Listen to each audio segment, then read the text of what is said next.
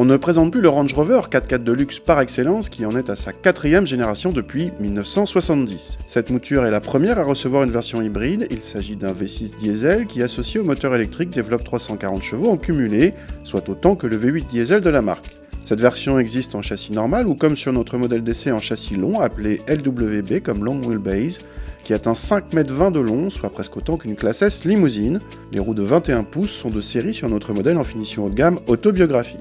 À l'intérieur, difficile de ne pas être impressionné par l'accueil. Entre le cuir omniprésent, le bois ou l'aluminium, il ne reste presque plus de plastique.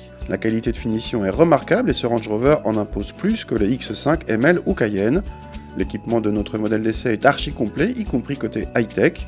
Les passagers arrière sont également choyés, tant par l'espace disponible gigantesque que par l'équipement comprenant des écrans de série. Le coffre atteint 550 décimètres cubes, son seuil de chargement est certes haut perché, mais vous pouvez rabattre la banquette électriquement. Au démarrage, il est possible de rouler à l'électricité, mais pas longtemps. Le V6 diesel est très discret lors de sa mise en route, même si son démarrage occasionne parfois un à-coup. Ensuite, même sur autoroute, le silence de fonctionnement impressionne encore. Un appui franc sur l'accélérateur et vous voilà propulsé à 100 km/h en moins de 7 secondes. Les relances sont toujours faciles malgré le poids de l'engin, plus de 2,5 tonnes.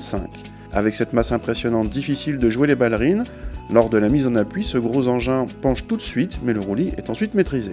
En cas d'optimisme exagéré, le Range Rover s'ouvre gentiment.